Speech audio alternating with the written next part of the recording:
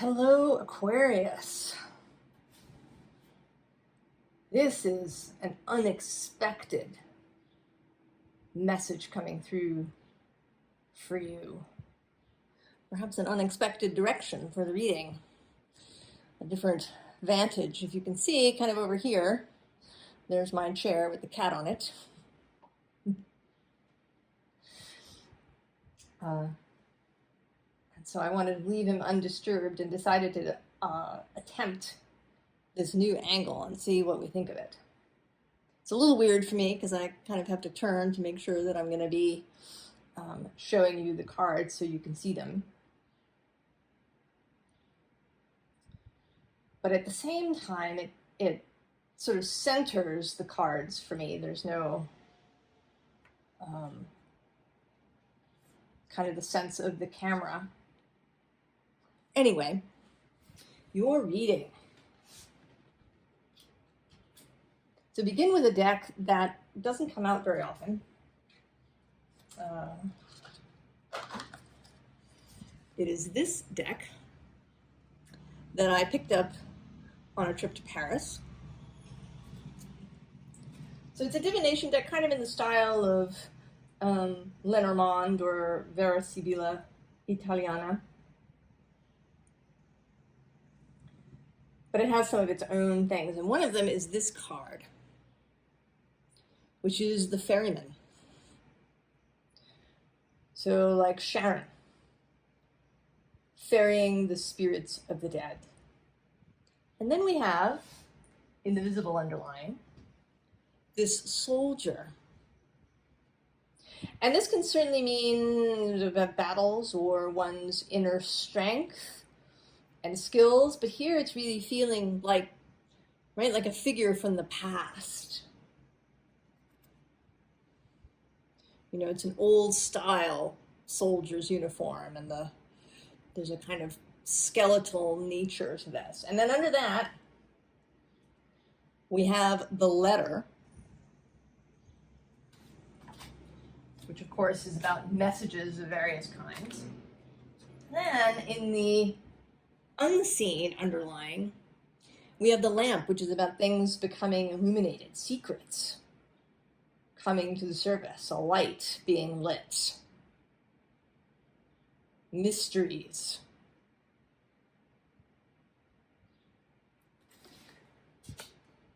So there is, Aquarius, a message that's trying to come through to you from someone that you know who has died. So this is not, I'm going to be very clear, not any sort of prediction. There is no prediction here of anybody dying. This is somebody who has already passed. Somebody who was close to you, dear to you, may well have been a family member. And they are wanting to deliver a message. And that very much comes through both in this initial set of cards as well as this first row. So we have this star, which is you, right, Aquarius. This, right, reaching for the star as a guide. And then there's also this moon. So more even than reaching for a star is the reaching kind of for mystery. And this is a waning moon. So that kind of dark space, the waning crescent, which has a kind of more mysterious quality. It's sometimes called Hecate's bow, where the waxing crescent is Diana's bow. So something that you've been trying to understand, to reveal to yourself. And below that we have love, right? So in this deck, it's not the lovers, it's Venus, it's just love.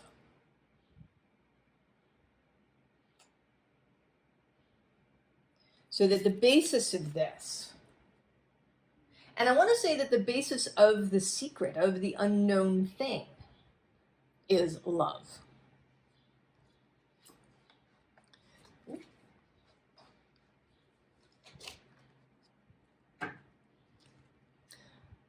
And then we have the Ten of Cups at the bottom of that deck,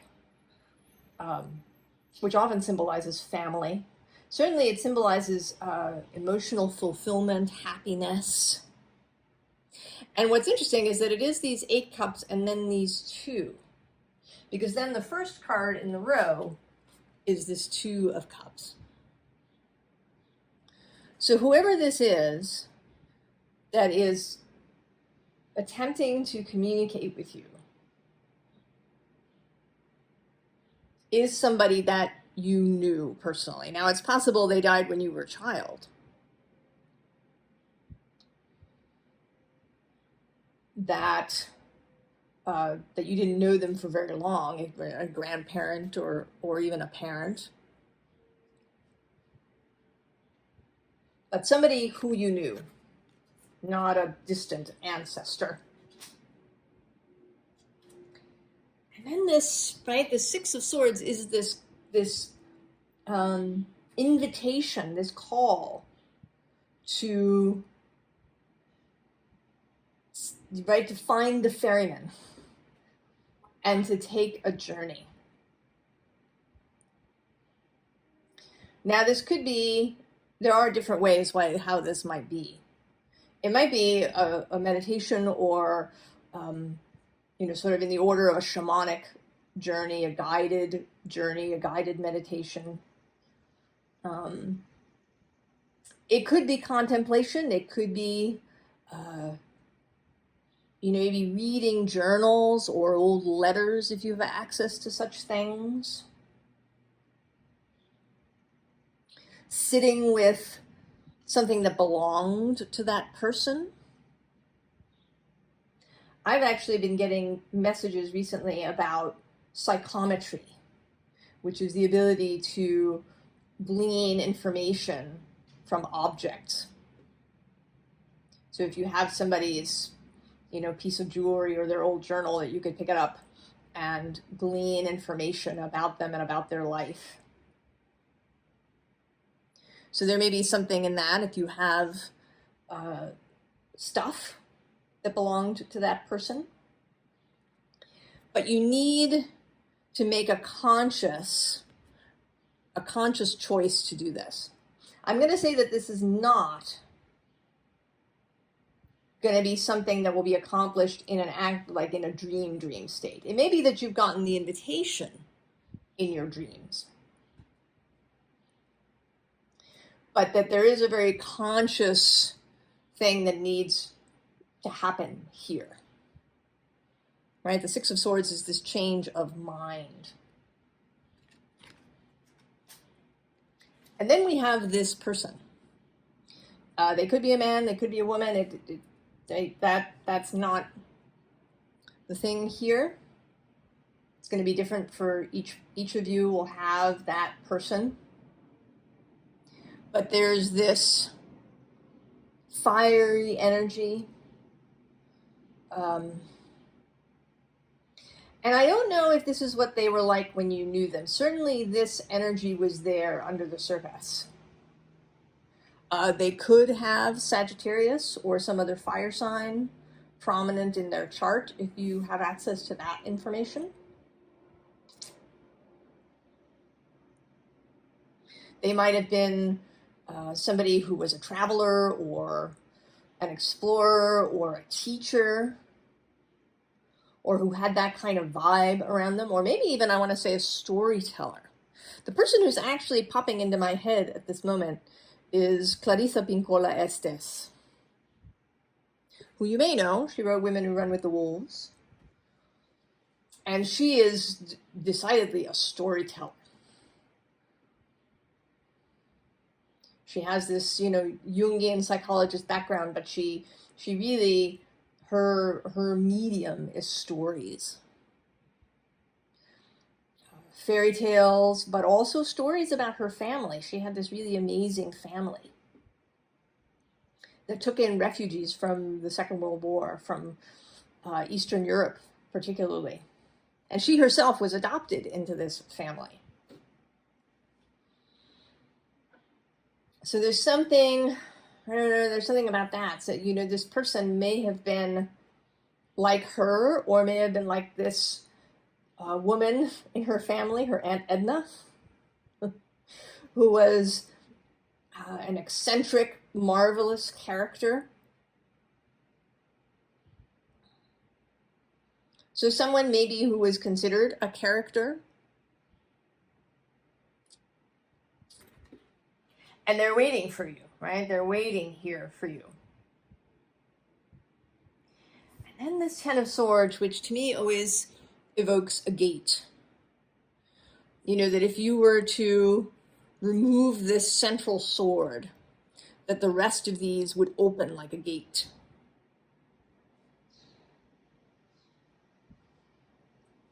So that when you arrive, when you have this conversation, this communication with this person,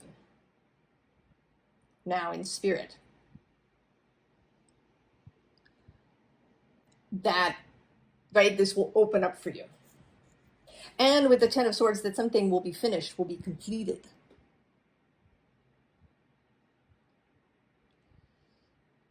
That it'll be done. And it is something certainly that has been vexing you, that has been really on your mind, that feels like a thorn in your side, maybe. Right, we have this toad. And what I want to say is that you're seeing it, you're only sort of seeing the toad aspect, the difficult aspect of it, the problematic aspect, what's vexing. It seems unattractive.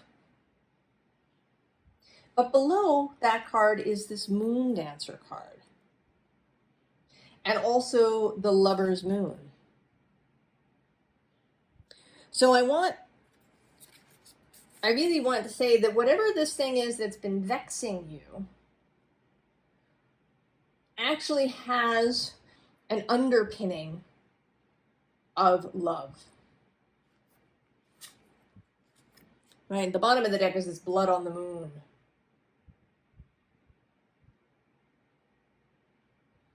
This sense of weightiness, this sense of the Ten of Swords. Feeling. Also with nightshade. Nightshades are poisonous plants. There is deadly nightshade, belladonna. There are also nightshades that we eat, like tomatoes and eggplants and potatoes, that can be tricky for some people to eat.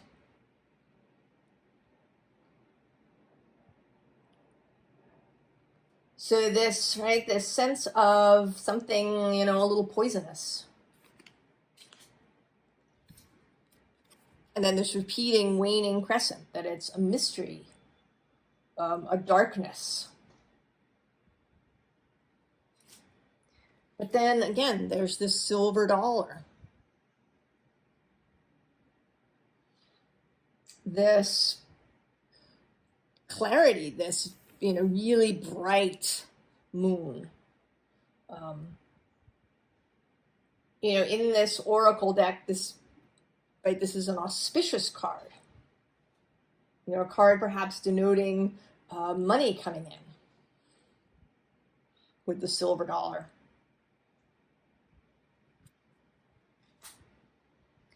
There may be something there too. Maybe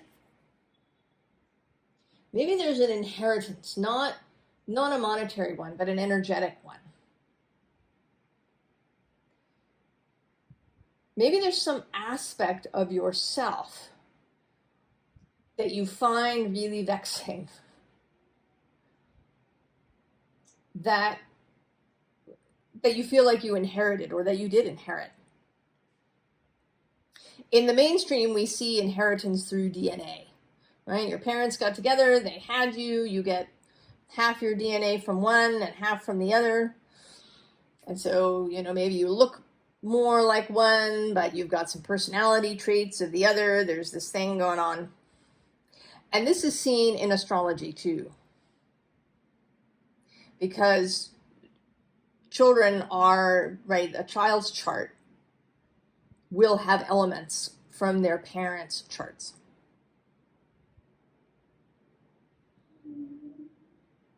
So both my parents have an Aries North node, and I have an Aries Sun.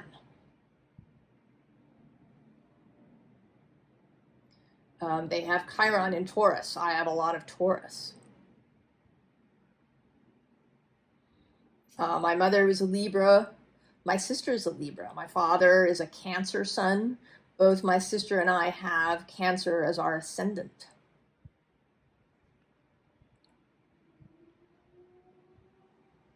My father also has a Libra moon, so that shows up in my sister as well. So these, right, we get this inheritance this way, seen in the astrological chart. So there are these energies that travel through families, through that 10 of Cups. And it may be that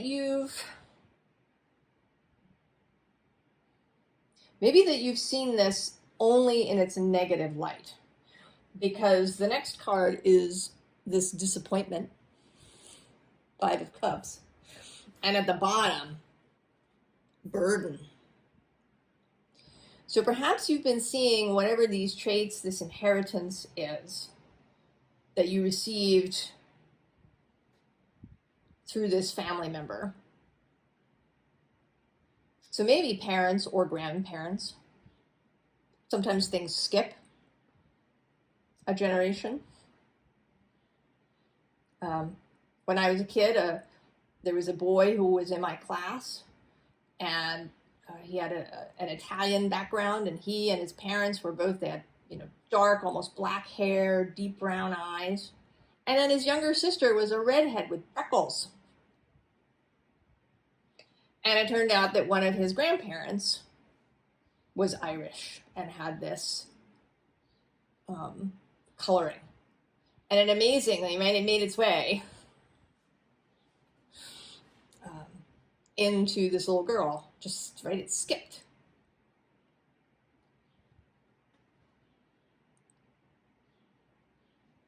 And we talk about it, as recessive genes and these kinds of things. But that's just an explanation of what are spiritual energies and intentions, right? That little girl's soul intended to come through that way, to be, this kind of odd one out in her family, at least visually.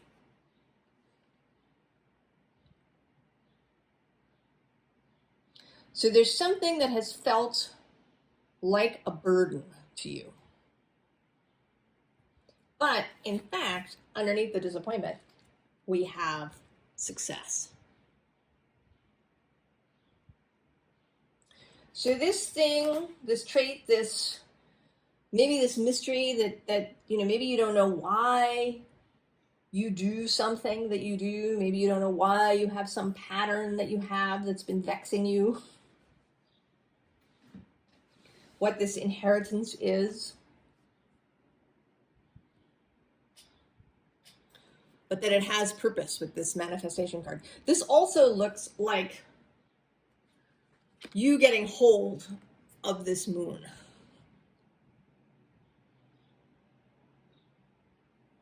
So you cross the river,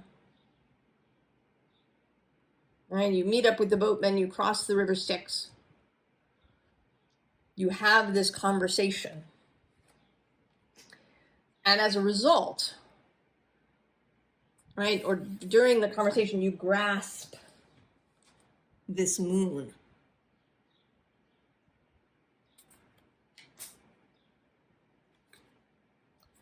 Right, and then with this Knight of Pentacles. Not so much reliability, but right, a new sense of purpose. You know, here you are, the Princess of Discs, and then the Prince of Discs, which is the next step in the sequence.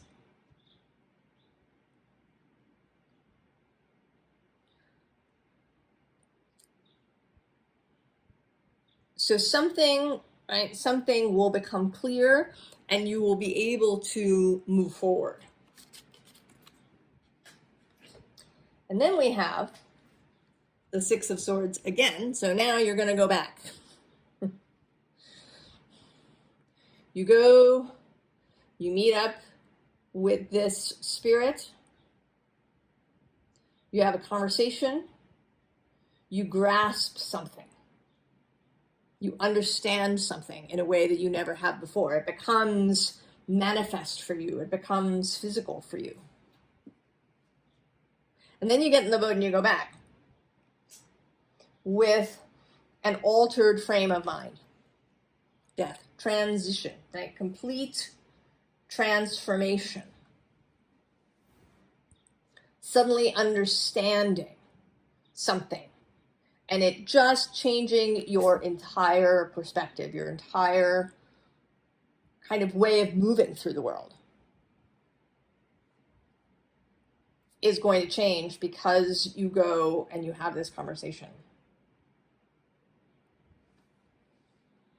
And this is kind of repeated for emphasis. We have the Emperor here, who I think is you prior to this, because you're giving the side eye to this tower that's at the bottom. And the Emperor's kind of shadow aspect is, you know, wanting control, wanting things to be stable, right? Everything in its place, knowing where everything is, being able to control the things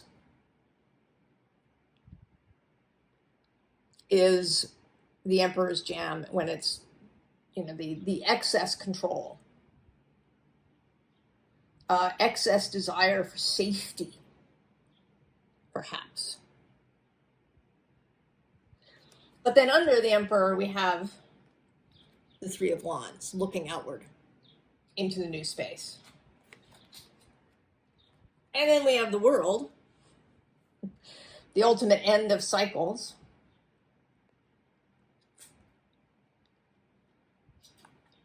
And here the Page of Cups.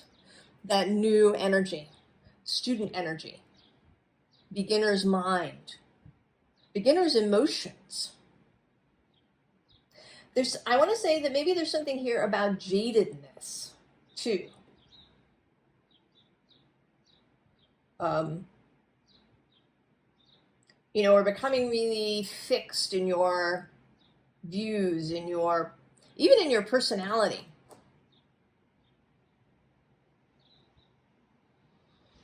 You know, maybe you've been taken over by cynicism or, you know, some other fixed kind of viewpoint. The shadow aspect of the grown-up archetype. And here we have the child archetype, the fresh, new archetype. Right, so that you, right, here you are, your court card, with the Sun. So a great deal more clarity, understanding, youthfulness, fun, liveliness, optimism.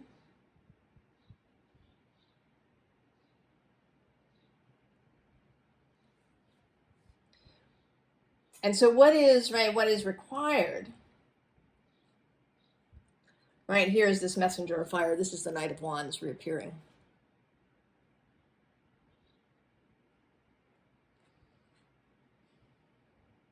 I don't know, you know, whatever this message is going to be specific to each of you.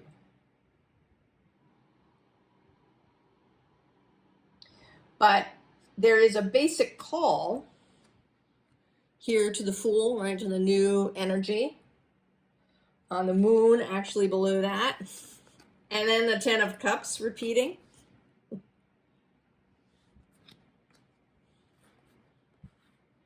All right, and this is actually also, again, a waning crescent. But this time, rather than feeling like obscurity or confusion, there's a lightness, a gentleness, a generosity of spirit. And at the bottom of that deck is the High Priestess. This willingness to swim in these waters, to believe what you encounter, to not talk yourself out of it.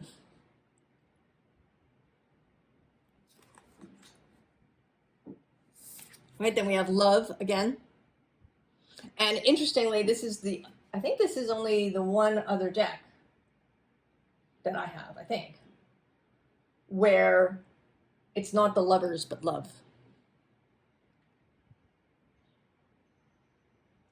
So this feeling of love of self, the love this spirit has for you, the love you had for them and have for them.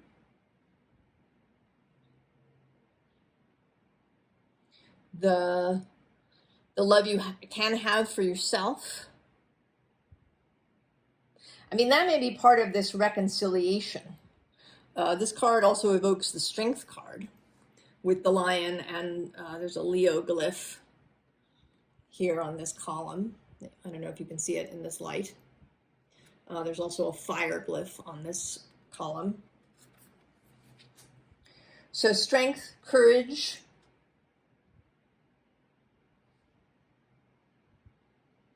wholeheartedness, forgiveness if you've resented this thing. You know, that you got your stubbornness from your mother, or, you know, something that you feel has been in your way.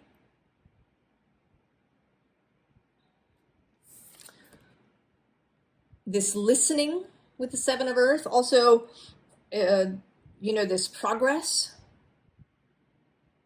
that is seen with the Seven of Pentacles.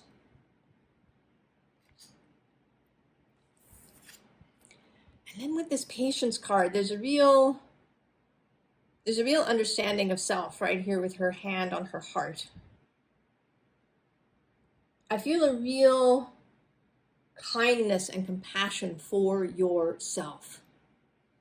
For any ways that you have attacked yourself, criticized yourself, believed that you couldn't change. You know, and we translate these things out. I think that it's actually very difficult to have real, genuine compassion and understanding for other people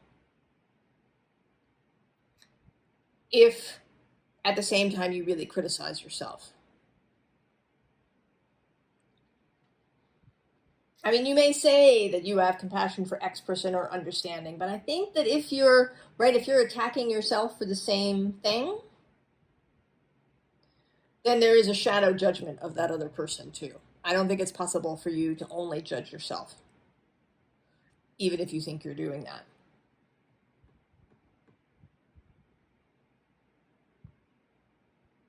So this self-love that's really coming through, this softness for self, is going to translate out.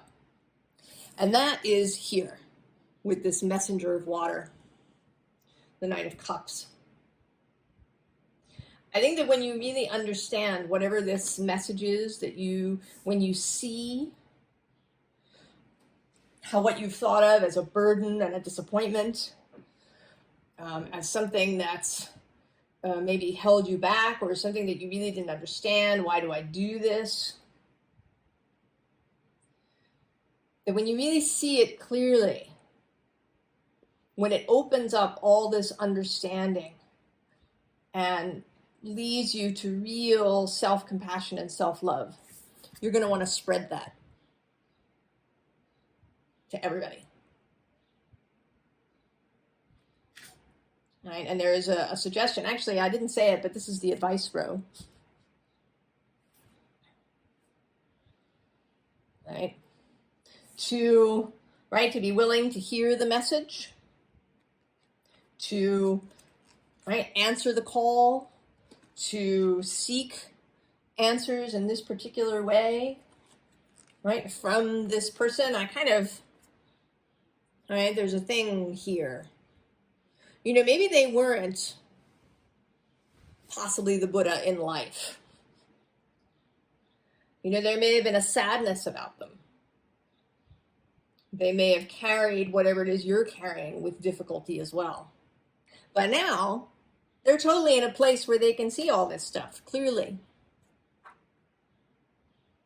This communication is coming from their soul, their spirit, that part of them that is source.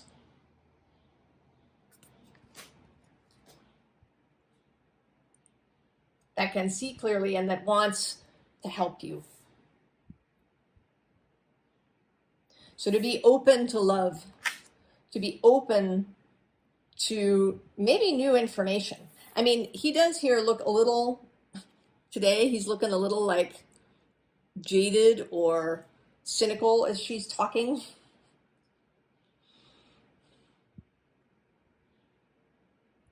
There is a Seven of Pentacles thing with that. Oh, aren't we there yet? A little bit. But to be open, right? To be open to something that maybe maybe you've had a belief that something was otherwise, or that this couldn't be true, or that, I don't know, that you're alone, that life is hard, or, right, something in this vein that has prevented you from really, fully seeing the success aspects, the success possibilities of this thing, this familial trait, this inheritance that you received. Allow yourself to soften.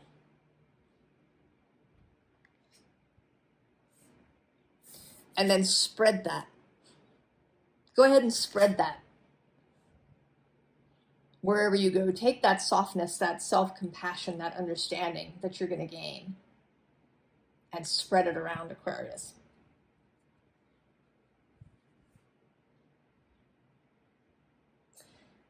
I don't know why exactly. I mean, we're going to find out.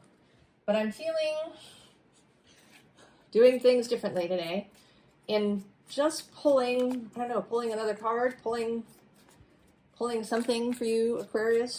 I don't know what it is that is trying to come through. It's not those two cards.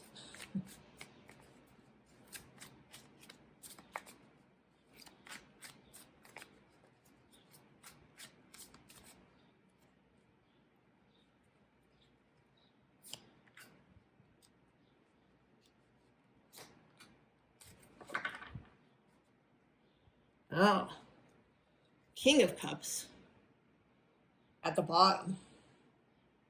So certainly the King of Compassion. Oh, look at that in the Page of Cups right below. So, right, running the whole gamut. From the new child energy all the way up to the mature King of Cups.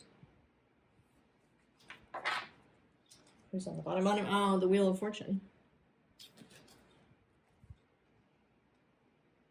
And that's interesting. I left the Hermit and the Seven of Cups behind by accident. And then these two are the Knight of Swords and the Nine of Cups. So to receive the message and then be happy, Aquarius.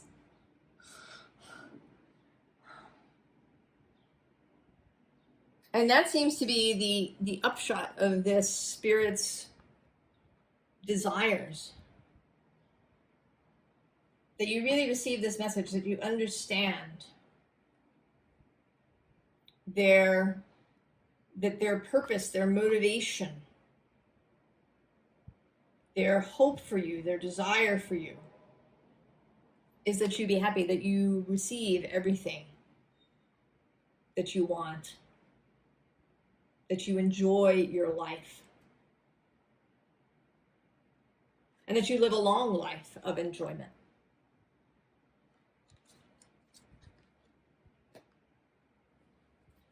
Oh, Aquarius, I hope that you go and talk to this person, that you receive their message so that you can understand this thing that has been vexing you, and so that you can feel their love for you, and that you can take that with you wherever you go, that travels with you even after you leave this meditation, after you've journeyed back across the river. I wish you the very, very best, Aquarius, and I will see you next time. So long.